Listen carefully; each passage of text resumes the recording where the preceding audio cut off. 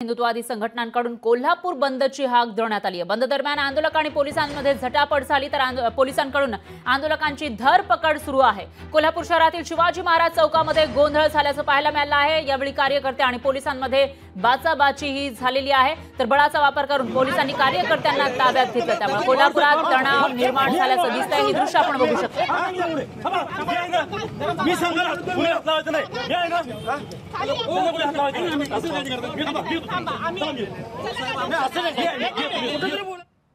कोल्हापुरात आज सकल हिंदुत्ववादी संघटनांच्याकडून बंद पुकारण्यात आलेला आहे। कोल्हापूरच्या छत्रपती शिवाजी महाराज चौकाला सध्या पोलिसांनी अक्षरशः वेढा दिला। या ठिकाणी येणाऱ्या प्रत्येक हिंदुत्ववादी कार्यकर्त्याला अडवायला सुरुवात केलेली आहे, अटक करायला सुरुवात केलेली आहे। आपण सध्या छत्रपती शिवाजी महाराज चौक परिसरात आहोत। या ठिकाणी आपण ही दृश्य पाहतोय। पोलिसांनी आता ॲक्शन मोडमध्ये आल्याचं पाहायला मिळतंय।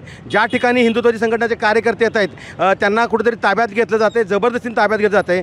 या संपूर्ण परिसराला आता पोलीस छावणीचं स्वरूप आले। हिंदुत्ववादी संघटनांच्याकडून आज कोल्हापूर बंदची हाक दिलेली आहे। ज्या ठिकाणी शहरात हिंदुत्ववादी संघटनेचे कार्यकर्ते जमा होतील अशा ठिकाणी खरं तर यांना बाजूला करण्यात येतं आहे आणि त्यामुळेच आता काहीसा तणाव आहे तो निर्माण झालेला आहे।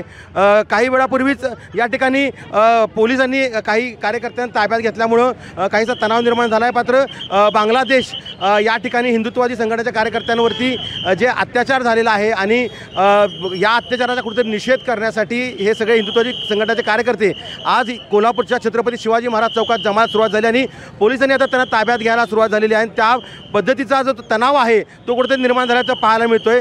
पोलीस कुठेतरी ॲक्शन मोडमध्ये झाले तर या सगळ्या कार्यकर्त्यांना आता अटक करण्याची प्रक्रिया आहे ती सुरू करण्यात आपल्याला दिसून येत आहे। सतीश औंधकर, लोकशाही मराठी, कोल्हापूर। लोकशाही मराठी, ऐका, पहा, जागरूक रहा।